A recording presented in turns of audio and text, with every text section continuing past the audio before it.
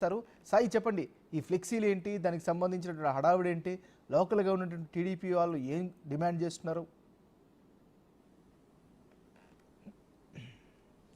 MNR ప్రధానంగా ఎన్నికల సమయం కానీ ఎన్నికలకు సమయం ముందు కానీ ఇటు ప్రతిపక్షానికి సంబంధించినటువంటి నేతలు అనేక మంది ఛాలెంజ్లు విసిరినటువంటి పరిస్థితి ఉంది. ఈ నేపథ్యంలో టీడీపీకి సంబంధించినటువంటి అభిమానులు ఎవరైతే గతంలో వైసీపీకి సంబంధించి ఛాలెంజ్లు విసిరినటువంటి పరిస్థితులు ఉన్నాయో వాళ్ళందరికీ సంబంధించినటువంటి అంశాల్లో సోషల్ మీడియా వేదికగా కానీ లేకపోతే ఫ్లెక్సీల రూపంలో కూడా ప్రశ్నిస్తున్నటువంటి పరిస్థితులు అయితే ప్రజెంట్ కనిపిస్తున్నాయి. ఈ నేపథ్యంలో కొడాలి నాని ఎన్నికలకు ముందు చేసినటువంటి వ్యాఖ్యలు ఏవైతే ఉన్నాయో ఇప్పుడు ప్రస్తుతం వాటిని ఫ్లెక్సీల రూపంలో కూడా ఏర్పాటు చేయడం జరిగింది. చంద్రబాబు కుప్పంలో కనుక ఓడిపోతే చంద్రబాబు బూట్లు తుడుస్తాను అనే విధంగా కొడాలి నాని చేసినటువంటి వ్యాఖ్యలకు సంబంధించి ప్రస్తుతం ఆ ఫ్లెక్సీని సీఎం చంద్రబాబుకు సంబంధించినటువంటి ఫ్లెక్సీలో ఒక ఫోటోని చంద్రబాబుది వేసి ఆ కింద బూట్లు తుడిచే విధంగా కొడాలి నానికి సంబంధించినటువంటి మరో ఫోటోని వేసి శ్రీనివాస్ అనేటటువంటి వ్యక్తి ఒక ఫ్లెక్సీని వేయడం జరిగింది. అందులో క్లియర్గా కూడా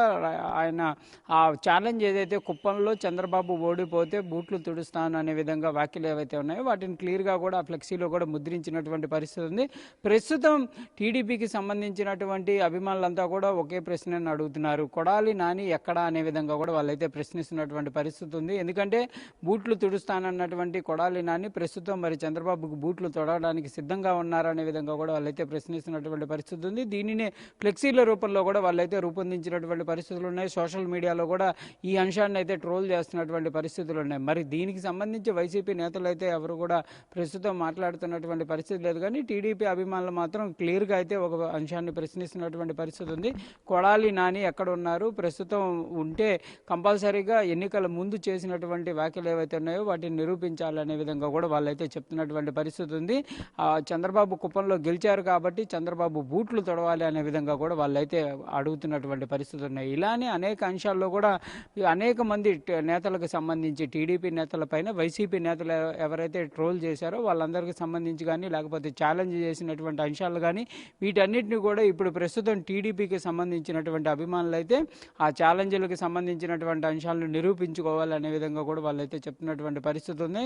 అనేక మంది ఎన్నికల ముందు కూడా గెలిస్తే కనుక కంపల్సరీగా తాము రాజకీయాల నుంచి వెళ్ళిపోతాము, రాజకీయాల నుంచి సన్యాసం తీసుకుంటామని కొంతమంది వ్యాఖ్యలు చేయడం కానీ రాజకీయాల నుంచి విరామం తీసుకుంటామనే విధంగా మరికొంతమంది చేసినటువంటి వ్యాఖ్యలు ఏవైతే ఉన్నాయో వీటి అన్నింటినీ కూడా ప్రస్తుతం టీడీపీకి సంబంధించినటువంటి అనేక ప్రాంతాల్లో ఎమ్మెల్యేలు గెలిచినటువంటి నేపథ్యంలో ప్రతిపక్ష పార్టీ వైసీపీకి సంబంధించినటువంటి ఎమ్మెల్యేలు గతంలో ఉన్నటువంటి నేతలు ఎవరైతే ఛాలెంజ్లు చేశారో వాళ్ళందరూ కూడా ఇప్పుడు టీడీపీ వాళ్ళైతే వాళ్ళని ప్రశ్నిస్తున్నటువంటి పరిస్థితి ఉంది. ఈ నేపథ్యంలో కొడాలి నానికి సంబంధించినటువంటి అంశాలను కూడా ప్రస్తుతం ఫ్లెక్సీల రూపంలో కానీ లేదా సోషల్ మీడియా వేదికగా కూడా ప్రశ్నలు అయితే చేస్తున్నటువంటి పరిస్థితులు ఉన్నాయి. మరి కొడాలి నాని ఈ అంశానికి సంబంధించి స్పందిస్తారా లేదా అనేది కూడా చూడాలి. ఎందుకంటే గత 2 రోజుల క్రితం అనిల్ కుమార్ యాదవ్ కూడా ఎన్నికలకు సంబంధించినటువంటి నేపథ్యంలో తాను నసరాపేటలో గెలవకపోతే రాజకీయాల నుంచి తప్పుకుంటాననే విధంగా చేసిన వ్యాఖ్యలకు సంబంధించినటువంటి దానిపైన కూడా ఒక వివరణ అయితే ఇచ్చారు.